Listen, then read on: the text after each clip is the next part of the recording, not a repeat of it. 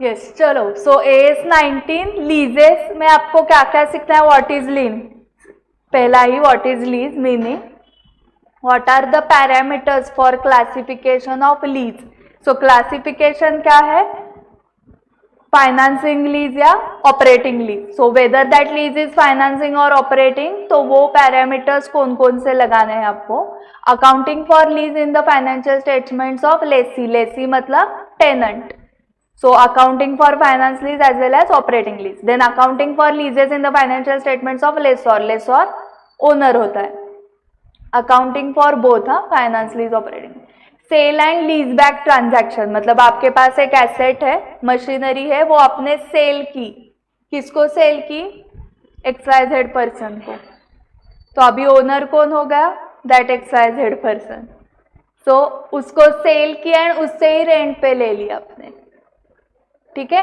So sale and lease back transaction का main purpose देखो क्या होता है, सेल करके आपको पैसे मिलेंगे बहुत सारे, 10 लाख मिल गए वो मशीनरी सेल करके, एंड देन उसी मशीनरी को यूज भी करना है आपको, तो उसी मशीनरी को आप क्या कर रहे हो? रेंट पे ले रहे हो, लीज बैक। सो वो मशीनरी भी आप यूज कर रहे हो सेल होने के बाद भी, एंड लीज बैक मतलब आप उसका रेंट पे कर रहे हो, और वो रेंट किस अमाउंट से पे करोगे? जो सेल करके आपको जो 10 लाख मिले थे ना, उसी अमाउंट में से मंथली रेंट पे करते रहो ना, तो वो हो गया सेल एंड लीज बैक। सो उसका एक्चुअल नेचर फाइनेंस प्रोवाइड करना है।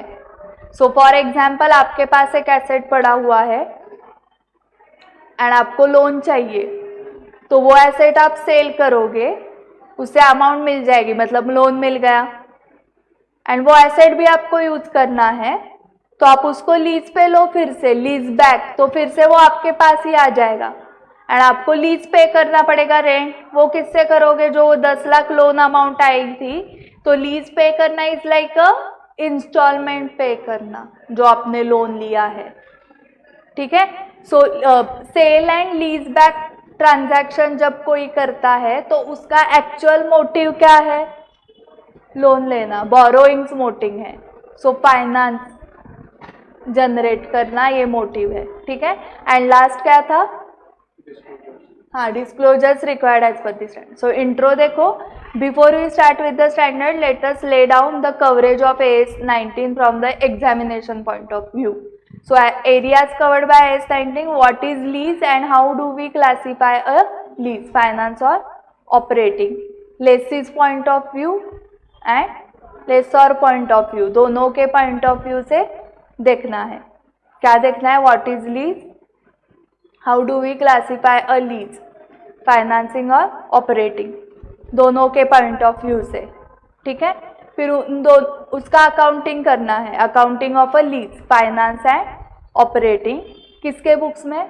अकाउंटिंग दोनों के बुक्स में, lessee and lessor. Then special issues related to lease accounting, कौन सा है? Sale and lease back transaction, क्योंकि उसके पीछे का ऑब्जेक्टिव क्या है एक्चुअल में? रेंट पे एसेट लेना, ये ऑब्जेक्टिव है फाइनेंसिंग। हाँ,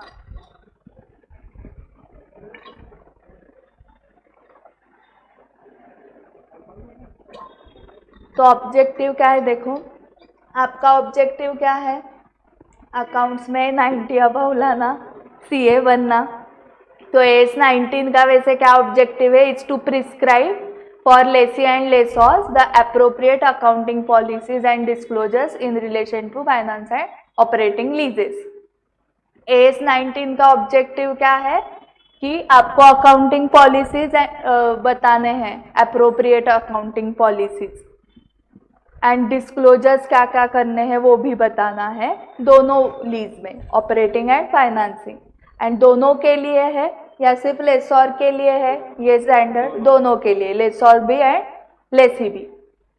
so what is lease? Lease is an agreement whereby the lessor, that is the legal owner of the asset, conveys to the lessee another party in return for a payment or series of periodic payments, that is lease rentals, the right to use an asset for an agreed period of time. So lease is an agreement whereby lessor conveys to the lessee in return for a payment the right. क्या right देता है lessor? To use an asset for a agreed period of time. So आपको lease मतलब क्या समझा? Rent पे देना in short. Applicability of AS 19. The standard applies to all leases other than. Okay, 3 cases में वो लीज का ट्रांजैक्शन हुआ है, मतलब भाड़े पे दिया है, रेंट पे दिया है, फिर भी उसको AS 19 नहीं एप्लीकेबल होगा. Lease agreements to explore for और use of natural resources such as oil, gas, timber, metals and other mineral rights. So उसके लिए, उस लीज एग्रीमेंट के लिए AS 19 लगेगा क्या? नहीं. मतलब वो ऑयल, गैस, टिम्बर, मेटल्स के लिए. मिनरल राइट्स मतलब क्या? वो जो माइन होती है उससे एक्सट्रैक्शन करने का right. Then licensing agreements for an item such as motion picture films, video recordings, plays, manuscripts, patents and copyrights. इसको भी AS 19 एप्लीकेबल नहीं है. Okay, so motion picture films, so for example ये मूवी सिर्फ Hotstar पे है, Disney Hotstar, ये सिर्फ अमेजॉन प्राइम पे ही दिखेगा. ओके, सो वो लाइसेंसिंग एग्रीमेंट है, जिसको लाइसेंस दिया है वो ही लगा सकता है. करेक्ट. उसके बाद पेटेंट्स, कॉपीराइट्स आपको पता है. वीडियो रिकॉर्डिंग्स के भी राइट्स होते हैं, मतलब वो वीडियो रिकॉर्डिंग कोई दूसरा नहीं यूज कर सकता. करेक्ट. सो ये जो लाइसेंसिंग एग्रीमेंट्स है उसके लिए AS 19 है क्या? नहीं. And lease agreements to use land, उसके लिए भी नहीं है. नाउ डेफिनेशंस देखो. पहली डेफिनेशन है non cancellable lease is a lease that is cancellable. Okay, non cancellable lease is a lease that is cancellable only upon the occurrence of some remote contingency. बहुत ही रिमोट कॉन्टिंजेंसी हो गई and cancel करना पड़ा, तो वो भी एक्चुअली नॉन कैंसलेबल ही lease है. बट रिमोट कॉन्टिंजेंसी जैसे कोविड ही आ गया कि पॉसिबल ही नहीं है अभी कंटिन्यू करना, तो वो नॉन कैंसलेबल लीज है, बट कैंसल हो सकती है बिकॉज ऑफ रिमोट कॉन्टिंजेंसी और विद द परमिशन ऑफ लेसॉर. मतलब लेसॉर मतलब लीगल ओनर, उसकी परमिशन लेके आप कैंसल कर रहे हो, तो उसको भी एक्चुअल लीज एग्रीमेंट होते वक्त क्या एग्रीमेंट हुई थी? Non cancellable. बट आपके लेसॉर ने, लीगल ओनर ने ही आपको परमिशन दी तो चलेगा ना. बट बेसिक आप एंट्री एग्रीमेंट करते वक्त क्या की थी? नॉन कैंसलेबल की थी. Then non cancellable lease is a lease that is cancelable. C point देखो. Only if the lessee enters into new lease for the same or an equivalent asset with the same lessor. मतलब पुरानी खत्म हो गई इसलिए आपने नई agreement enter की सेम एसेट के लिए या इक्विवेलेंट एसेट के लिए with the same lessor. Okay, so non cancellable lease is a lease that is cancelable upon the end of the term ना. मतलब टर्म कंप्लीट हो गई इसलिए वो कैंसल हो गया है, न्यू एग्रीमेंट हो गई. And D upon payment by the lessee of an additional amount such that at inception continuation of the lease is reasonably certain. So देखो, a non-cancelable lease is a lease that is cancelable only upon the payment by the lessee of an additional amount such that at inception continuation of the lease is reasonably certain. So जब at the inception मतलब at the beginning आपको क्या लग रहा था? continuation of lease is certain ही है, but अचानक कुछ रीजन की वजह से आपको कैंसिल करना पड़ रहा है. That's why you are giving additional amount. You are lessee, tenant, you are giving additional amount to legal owner, lessor. So वो कैंसल हो सकती है. It's cancelable only upon the payment, additional payment by lessee. So non cancellable lease is a lease which is cancellable only A or B और सी और D. Okay, कब cancel हो सकती है? Upon occurrence of some remote contingency or with the permission of lessor, or if the lessee enters into new lease for the same or equivalent asset, or payment by the lessee of an additional amount. Lease term is the non-cancelable period for which the lessee has agreed to take on lease the asset together with any further periods for which the lessee has the option to continue the lease of the asset with or without further payment, which option at the inception of the lease it is reasonably certain that the lessee will exercise. So lease term is the non cancelable period. मतलब आप cancel नहीं कर सकते हो. एक बार आपने rent पे लिया तो 10 ईयर्स के लिए आपको रेंट पे करना पड़ेगा. सो वो नॉन कैंसलेबल पीरियड है. तो वो नॉन कैंसलेबल पीरियड को आप क्या बोलोगे? Lease term. Lease term is the non cancelable period for which the lessee has agreed to take on lease the asset together with any further periods for which the lessee has the option to continue the lease of the asset with or without further payment. Okay, without further payment मतलब क्या? कुछ further payment नहीं करना है, सिर्फ rent पे, lease rent पे करते रहना है. That is without further payment. With further payment मतलब आपने तो पहले बताया था 10 ईयर्स के लिए आपको चाहिए एसेट. अभी आप बोल रहे हो कि और 5 ईयर्स के लिए चाहिए, तो उसके लिए एडिशनल पेमेंट आपको पे करना पड़ेगा, further payment. So with or without further payment, which option at the inception of the lease it is reasonably certain that lessee will exercise.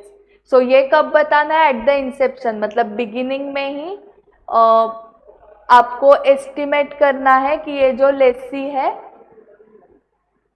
वो क्या करने वाला है. वो estimate करो कि वो 10 years के लिए अगर इसने लिया है तो वो पीरियड खत्म होने के बाद आप क्या करोगे वो स्टार्टिंग में ही डिसाइड करो. कि लेसी पूछेगा ना 10 ईयर्स के बाद अगर मुझे फिर से एसेट लगा तो आप एडिशनल पेमेंट लोगे क्या? तो आपने बोला हाँ यस, तो एट द इंसेप्शन ही आपने क्लियर किया ना. नहीं तो आप बोलोगे नहीं एडिशनल पेमेंट नहीं होगा, कुछ एडिशनल पेमेंट कुछ नहीं करना है. 10 ईयर्स का लीज टर्म खत्म होने के बाद 11th ईयर का लीज रेंट पेमेंट करो without further payment. Okay, so मतलब रिन्यूअल कुछ भी नहीं लगेगी. लीज रेंट 11th ईयर का स्टार्ट करो डायरेक्टली पे करना. The inception of the lease is the earlier of the date. So inception of the lease ये वर्ड्स बहुत बार आ रहे थे, इसलिए उन्होंने उसका भी डेफिनेशन दिया है. पढ़ो वो. The inception of the lease is the earlier of the date of the lease agreement and the date of commitment by the parties to the principal provisions of the lease. एक तो lease agreement का date of commitment by the parties whichever is earlier. So उसको बोले वहां से आपका inception lease start हुआ. Either agreement से स्टार्ट हो जाता है, डेट ऑफ एग्रीमेंट से, नहीं तो डेट ऑफ कमिटमेंट से, विच एवर इज अर्लियर. सो क्या क्या डेफिनेशन देखे अभी हमने? Non cancellable lease, lease term, Inception of the lease, and lease का भी पहले देखा था ना, वो मीनिंग देखा था. अभी मिनिमम लीज पेमेंट्स आपको पढ़ना है पहले 2 मिनट में.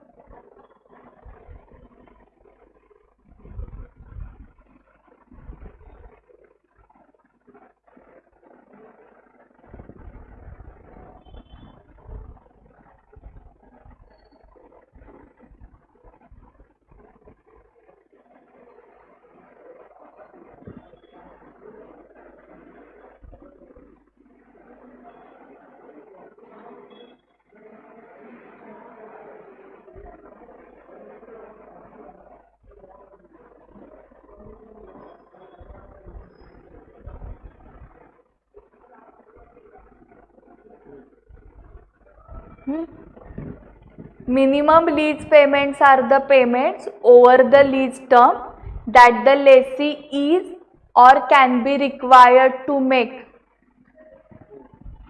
excluding contingent rent, cost for services and taxes to be paid by and reimbursed to the lessor together with A or B. So minimum lease payments are the payments over the lease term that the lessee is or can be required to make, excluding contingent rent. So contingent rent कैसे होता है? For example एक mall में आपका McDonald's का outlet है, सो McDonald's के outlet को एक फिक्स रेंट देना पड़ता है मॉल वाले ओनर को, मतलब उस बिल्डिंग के ओनर को, कि फॉर एग्जाम्पल वो है 1 lakh per month. And contingent rent मतलब जितना आपका आज का सेल हुआ रहेगा उसका कुछ परसेंटेज 2%. ओके, सो एक फिक्स रेंट हो गया. वो मिनिमम लीज पेमेंट में MLP में आएगा क्या? फिक्स्ड वाला वो तो देना ही है ना उतना, तो वो MLP में आएगा ना. एंड एक्सक्लूड कौन सा करना है? 2% वाला जो कॉन्टिंजेंट है ना. आज मतलब आज 1 लाख का सेल हुआ तो उसका 2% मिलेगा. कल जाके 20,000 का ही सेल हुआ तो उसका 2%. मतलब वो अमाउंट कॉन्टिंजेंट है, वो फिक्स नहीं है. जो फिक्स वाली अमाउंट है वो इंक्लूड करनी है क्या MLP में? यस. बट जो कॉन्टिंजेंट है वो करनी है क्या? नहीं. So excluding contingent rate, cost for services and taxes. So जो हॉस्टल पे रहते हैं उनको ये समझेगा कि पहले owner electricity and municipal tax and जो भी क्लीनिंग स्टाफ आता है उनका पेमेंट कर रहा है, एंड फिर रीइंबर्समेंट ले रहा है आपसे other than rent. So cost for services and taxes to be paid by and reimburse to the lessor. So to be paid by lessor, पहले ओनर पे करेगा एंड फिर हम लेसी क्या करेंगे? Reimburse to lessor. तो वो दोनों एक्सक्लूड करना है MLP से. सो MLP से क्या क्या एक्सक्लूड करना है? Contingent rent, cost of services and taxes to be paid by and reimbursed to the lessor together with, in the case of the lessee, any residual value guaranteed by or on behalf of the lessee. So in the case of lessee मतलब जो tenant है उसके point of view से minimum lease payments आपको क्या क्या करने पड़ेंगे? वो payments over the lease term monthly together with any residual value guaranteed by or on behalf of the lessee. So कौन सी वैल्यू गारंटीड है? कि फॉर एग्जाम्पल लीज पे हमने लिया है 80 ईयर्स के लिए. 80 ईयर्स आप लीज का पेमेंट कर रहे हो and if any residual value at the end of 80 years, वो रेसिजुअल वैल्यू भी आप पे करने वाले हो, मतलब आप ही ओनर हो गए ना लेसी. तो वो जो एनी रेसिजुअल वैल्यू है, if you have guaranteed that residual value by yourself or on behalf of you किसी ने गारंटी दी है, तो कि लेसी आप हो बट आपके पेरेंट्स ने गारंटी दी है कि हम क्या करेंगे? लेंगे, उसको खरीदेंगे. सो रेसिजुअल वैल्यू जो रहेगी उसकी after 80 years of lease term and any residual value is guaranteed either by you, मतलब बाय लेसी और ऑन बिहाफ ऑफ लेसी. तो वो भी लेसी के पॉइंट ऑफ व्यू से मिनिमम लीज पेमेंट में ऐड करना है. मतलब monthly payments plus any residual value guaranteed by lessee और ऑन बिहाफ ऑफ लेसी. अभी इन केस ऑफ लेसर देखो, any residual value guaranteed to the lessor by or on behalf of the lessee. Lessee ने खुद, bye Lesi मतलब लेसी ने खुद guarantee दी है और on behalf of lessee, lessee के पेरेंट्स ने गारंटी दी है ऑन बिहाफ ऑफ लेसी और by an independent third party financially capable of meeting this guarantee. तो जो इंडिपेंडेंट थर्ड पार्टी है, हाँ मैं 20 साल के बाद लूंगा ना इसको 5 लाख में, और उसके पास फाइनेंशियल कैपेसिटी नहीं है, तो वो आप कंसिडर करोगे क्या रेसिजुअल वैल्यू? नहीं। सो लेसर के लिए वो जो रेसिजुअल वैल्यू की गारंटी है वो आइदर खुद लेसी दे सकता है, मतलब खुद लेसी ही परचेस करेगा, या ऑन बिहाफ ऑफ लेसी कोई तो परचेस करेगा, या वो दोनों भी नहीं, some third party, third independent party is giving you guarantee. But वो थर्ड पार्टी फाइनेंशियली कैसे होनी चाहिए? Capable of meeting the guarantee. However so lessee के पॉइंट ऑफ व्यू से गारंटी सिर्फ उसकी गारंटी जो उसने दी है, या ऑन बिहाफ ऑफ लेसी जो गारंटी दी है उतना ही एमएलपी में ऐड होगा मिनिमम लीज पेमेंट में। But lessor point of view से गारंटी किसी ने भी दी है तो भी चलेगा, लेसी ने on behalf of Lesi, independent third party, financially capable होना चाहिए वो, financially capable of meeting this guarantee. However, if the lessee has an option to purchase the asset at a price which is expected to be substantially lower than the fair value at the date the option becomes exercisable, that at the inception of the lease is reasonably certain to be exercised. The minimum lease payments comprise minimum payments payable over the lease term and the payment required to exercise this purchase option. So यहाँ पर वो बोल रहे हैं कि अगर लेसी को option दिया गया है to purchase the asset at a price which is expected to be sufficiently lower than the fair value, sufficiently lower मतलब आप 15-20 साल के लिए लीज पे लो इस प्रीमाइसेस को, 20 साल के बाद अगर उस प्रीमाइसेस का फेयर वैल्यू है 1 crore,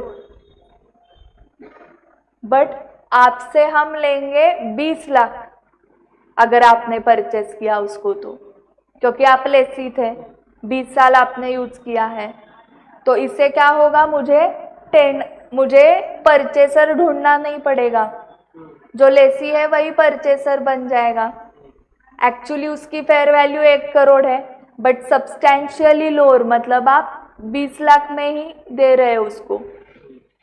however if the lessee has an option, lessee को ऑप्शन दिया है, किसने दिया है ये ऑप्शन? लेसर ने। क्या ऑप्शन दिया है? To purchase the asset at a price which is expected to be sufficiently lower than the fair value at the date of the option becomes exercisable. Okay, कौन से डेट पे वो substantially lower होना चाहिए? At the date the option becomes exercisable, that at the inception of the lease मतलब starting में ही is reasonably certain to be exercised। So starting से ही क्या लग रहा है हमें, ये लेसी लेने वाला है। द मिनिमम लीज, उस केस में क्या होगा, the minimum lease payments comprise minimum payments payable over the lease term, वो तो आएंगे ही मंथली वाले, and the payment required to exercise this purchase option। ये जो आपको ऑप्शन दिया गया ना कि 1 करोड़ का प्रीमाइसेस आपको कितने में मिलेगा? 20 lakhs में। सो वो ऑप्शन दिया है आपको, कब मिलेगा वो आपको? 20 lakhs में आफ्टर लीज टर्म। तो वो ऑप्शन एक्सरसाइज करना है क्या, आपको चाहिए क्या वो ऑप्शन? तो लेसी बोलता है हाँ चाहिए ऑप्शन मुझे वो, तो ये बोलता है उस ऑप्शन को एक्सरसाइज करने के लिए आपको मुझे पहले 1 लाख पे करने पड़ेंगे। ओके, तो उसको बोलोगे आप payment required to exercise this purchase option. So lessee क्या सोचेगा, हाँ शायद ना मुझे लग रहा है कि 20 ईयर्स के बाद मैं इसको खरीद लूंगा, एंड इसकी फेयर वैल्यू तो 1 करोड़ होंगी, बट ये मुझे 20 लाख में देने का ऑप्शन है मेरे पास लेने का, बट वो ऑप्शन मुझे कब मिल सकता है? जब मैं अभी 1 लाख का उसको पेमेंट करूंगा तब। Okay, so the payment required to exercise this purchase option, वो भी आपको मिनिमम लीज पेमेंट में इंक्लूड करना है एमएलपी में। So the above definition can be summarized as under: the definition can be seen separately from the point of view of lessee and the lessor. So from the point of view of lessee पढ़ो पहले, and then from the point of view of lessor.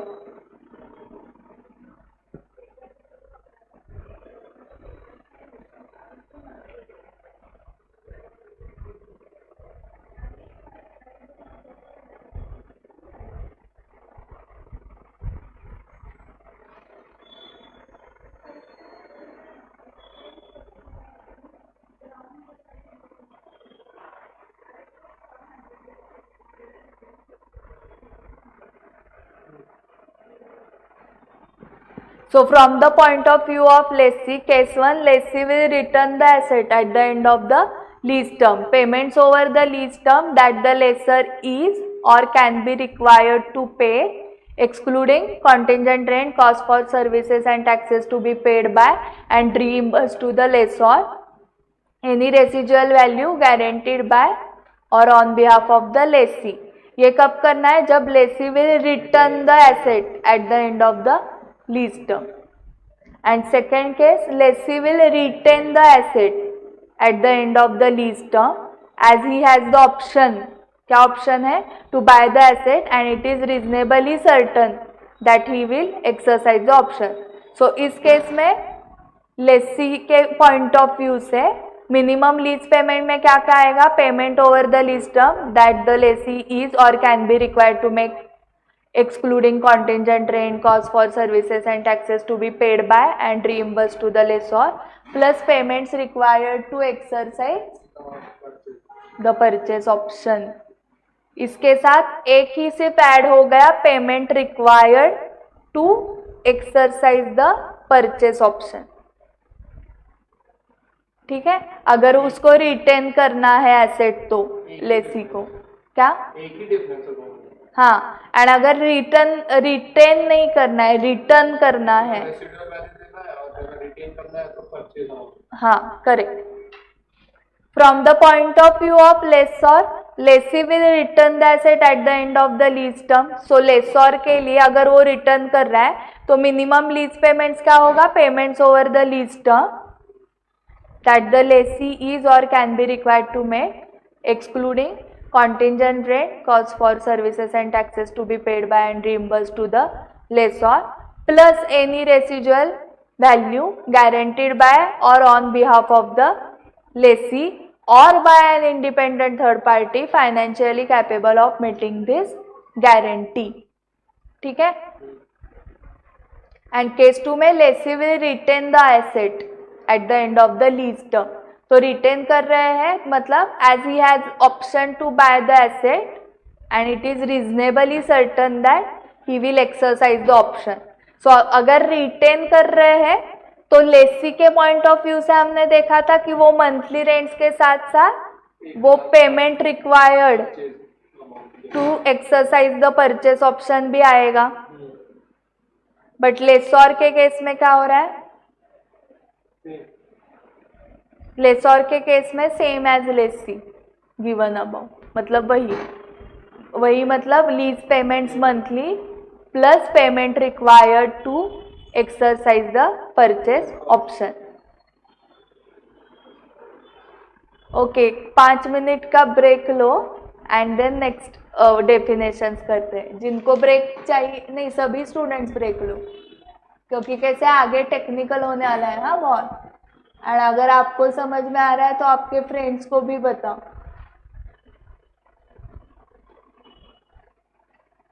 मैं तो सोच रहा था कि individual room मिल जाए, एक छोटा सा रूम मिल जाए, लेकिन यहाँ पे अवेलेबल नहीं है, सब कॉट बेसिस पे.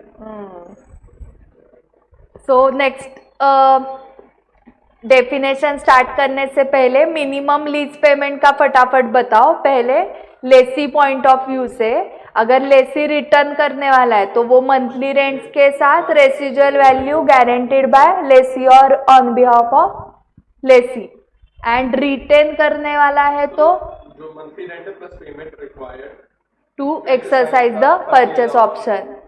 And from the point of view of lessor, अगर लेसी रिटर्न करने वाला है तो monthly rent plus any residual value guaranteed by the lessee or third party. independent third party who is financially capable.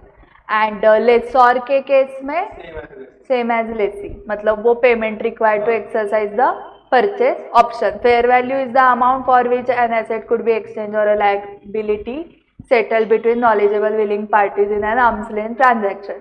सबके लिए यही है. अभी economic life and useful life अलग है. हाँ, economic life is either the period over which an asset is expected to be Usable by one or more users. हाँ, is expected to be economically usable by one or more users, or the number of production or similar units expected to be obtained from the asset by one or more users. So useful life either number of years में हो सकती है, नहीं तो number of units produced, नहीं तो hours, number of hours used, वो economic life हुई. But useful life of the leased asset is either the period over which the leased asset is expected to be used by the lessee. So useful life अलग है, economic life ज़्यादा होगी ना obviously. और the number of production और similar unit expected to be obtained from the use of the asset by the lessee. So the economic life is always greater than the useful life of the asset. Obviously economic life is greater or equal भी हो सकता है. Useful life represents the depreciable life of the asset, whereas economic life represents the total life during which an asset is capable of generating economic benefits. Residual value of the lease asset is the estimated fair value of the asset at the end of the lease term. Guaranteed residual value हमने ये देखा है. Guaranteed residual value is in the case of the lessee that part of the residual value which is guaranteed by the lessee or by a party on behalf of the lessee. The amount of the guarantee being the maximum amount that could in any event become payable. मतलब कौन से भी event में इतना payment आपको करूंगा ही. ये guarantee किसने दी है? लेसी और ऑन बिहाफ ऑफ लेसी. तो वो गारंटीड रेसिजुअल वैल्यू जो है, तो रेसिजुअल वैल्यू फॉर एग्जांपल 1 लाख आ रही है, बट आपके लेसी ने बोला कि मैं आपको 50,000 की गारंटी देता हूँ, तो बाकी 50,000 अनगारंटीड रेसिजुअल वैल्यू हुआ. ओके, एंड आपके लेसी ने पूरी गारंटी दी, तो अनगारंटीड रेसिजुअल वैल्यू है ही नहीं, क्योंकि पूरे 1 लाख की गारंटी लेसी ने दी है. And in the case of a lessor, that part of the residual value which is guaranteed by or on behalf of the lessee or by an independent third party who is financially capable of discharging the obligation under the guarantee. So lessor के लिए किसी की भी guarantee चलेगी, लेसी की भी, on behalf of Lesi भी, और इंडिपेंडेंट थर्ड पार्टी की भी. अभी unguaranteed residual value of a leased asset is the amount by which the residual value of the asset exceeds its guaranteed residual value. So total residual value कैसी होगी? Guaranteed plus unguaranteed is equal to residual. Gross investment is the lease, gross investment in the lease. So for example, आपने एक asset लिया है, machinery ली है, तो आपने investment की है ना उसमें, क्योंकि वो परचेस करके मशीनरी आप लीज पे देने वाले हो.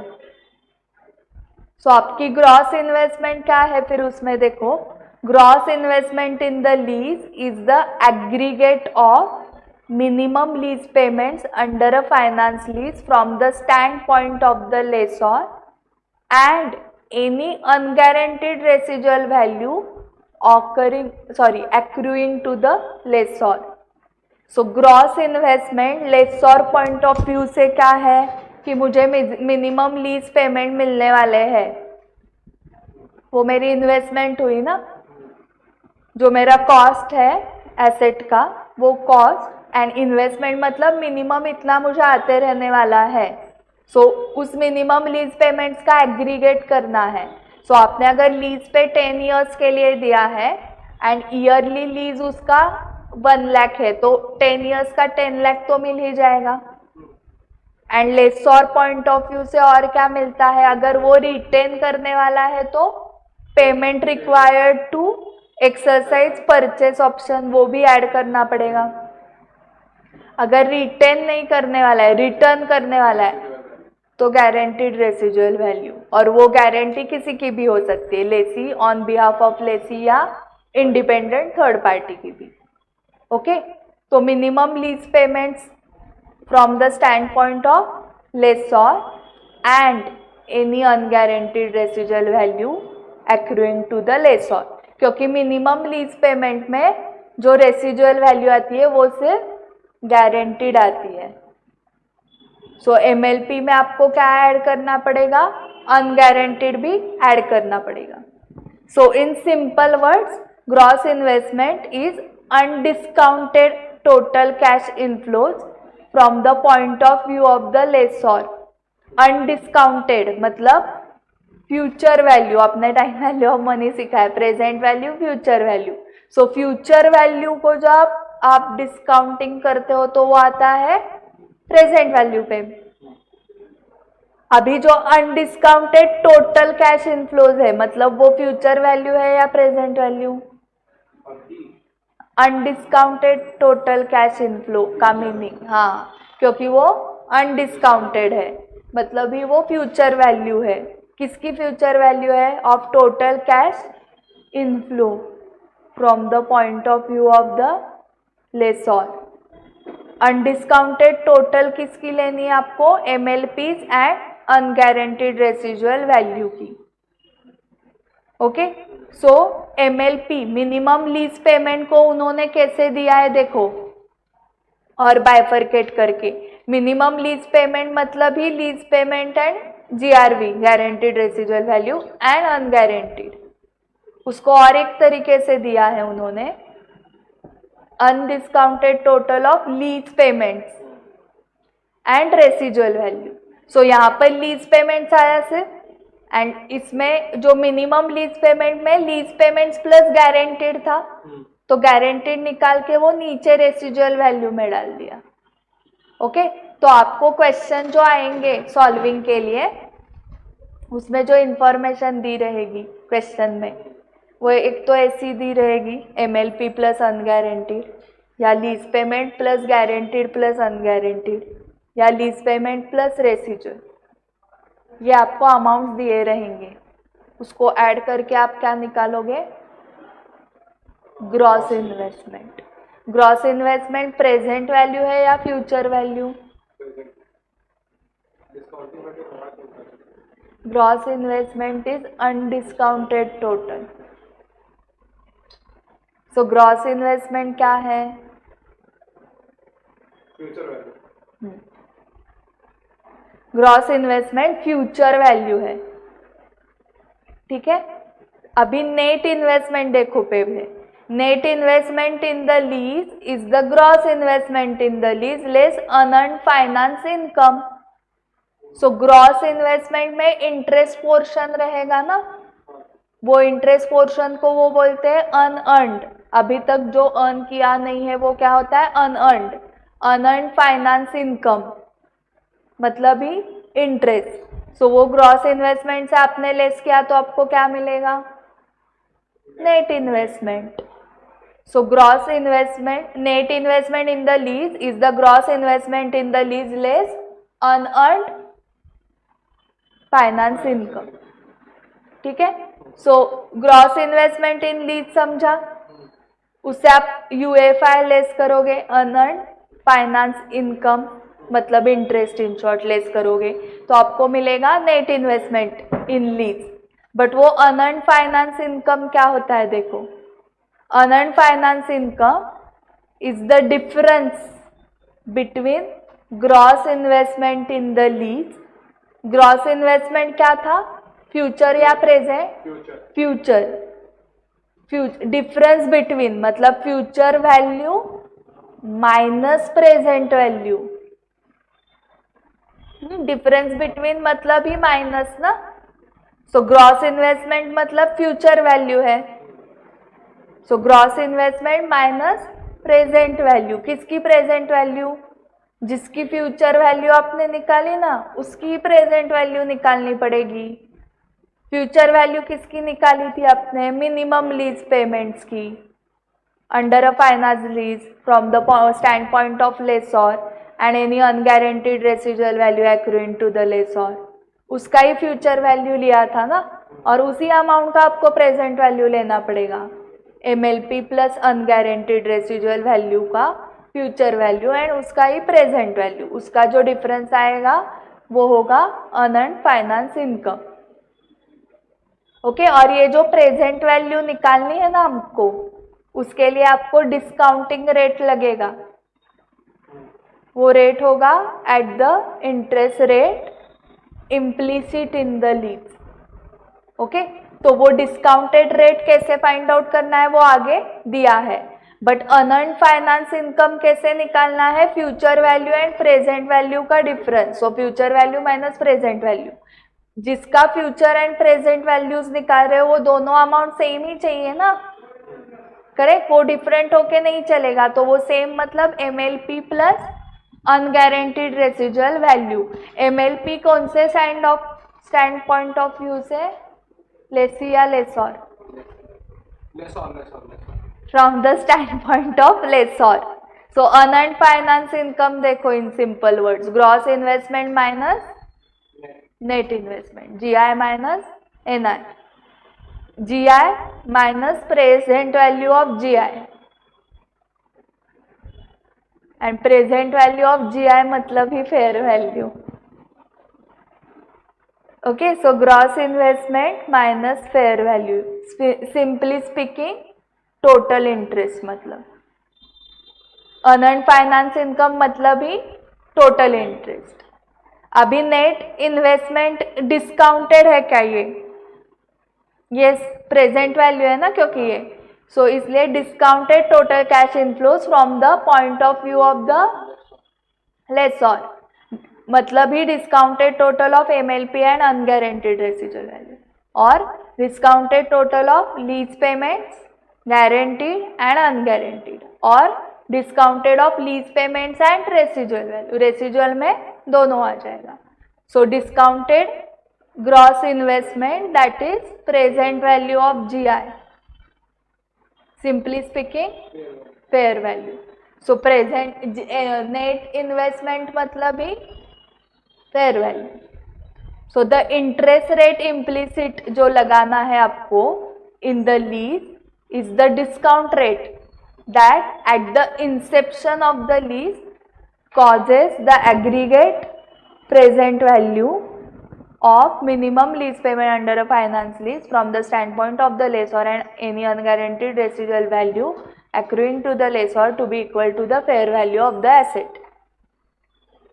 तो वो ऐसा डिस्काउंट रेट होगा जिस रेट पे fair value is equal to present value of MLP and unguaranteed residual value.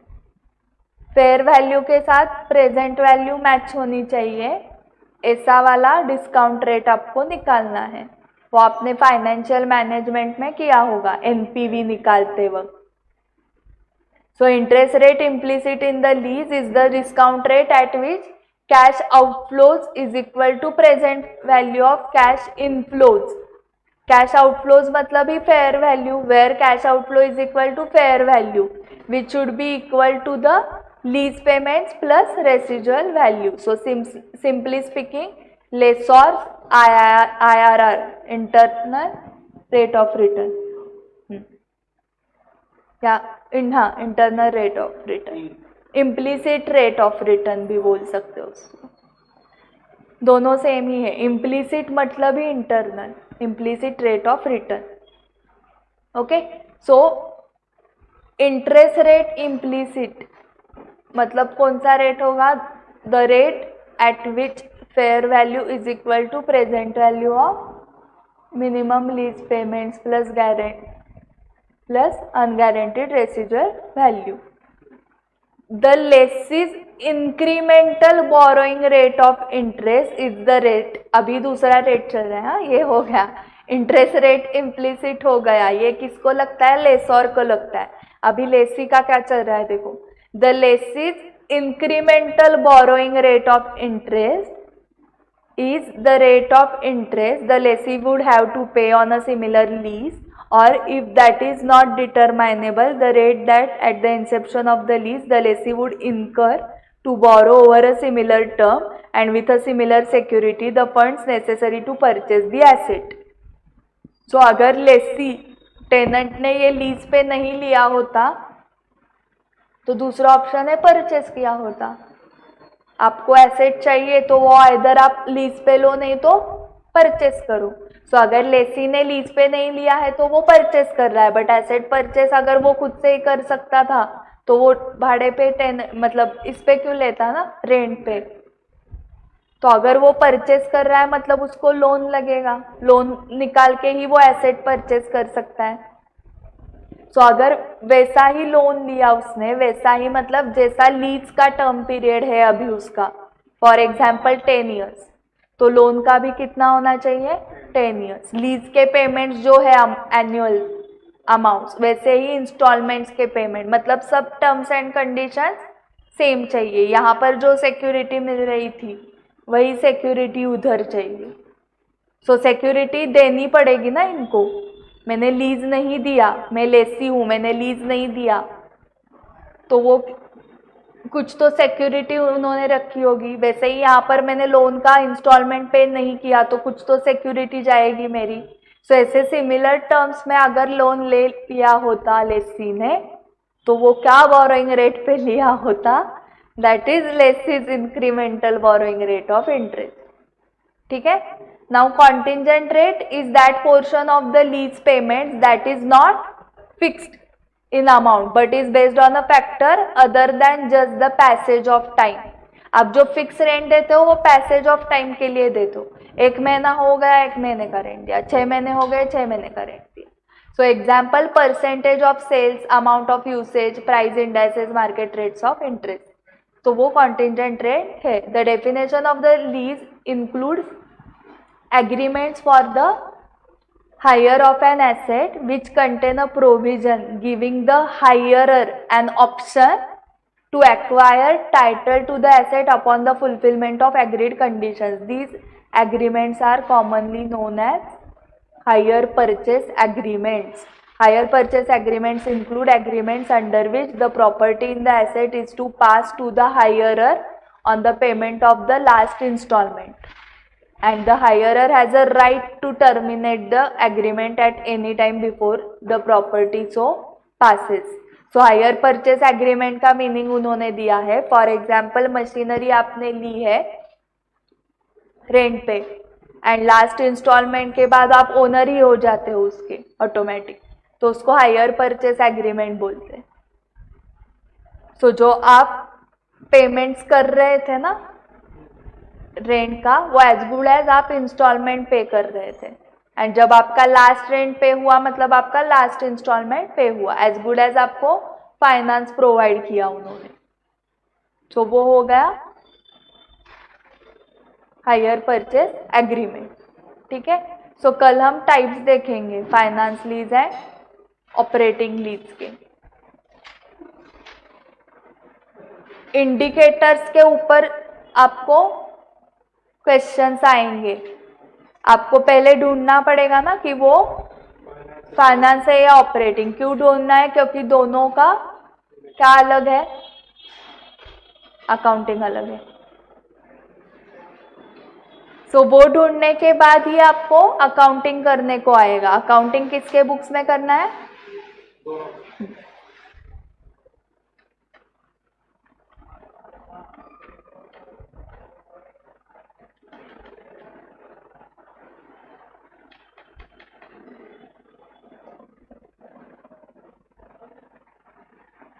Okay, ये कल खत्म हो जाएगा ये स्टैंडर्ड। ओके, कल 14 है, कल खत्म होगा। कल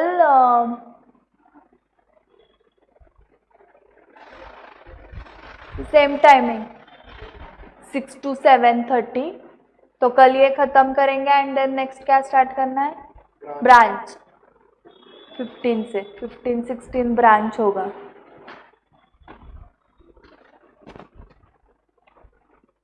चलो बाय बाय। सो ब्रांच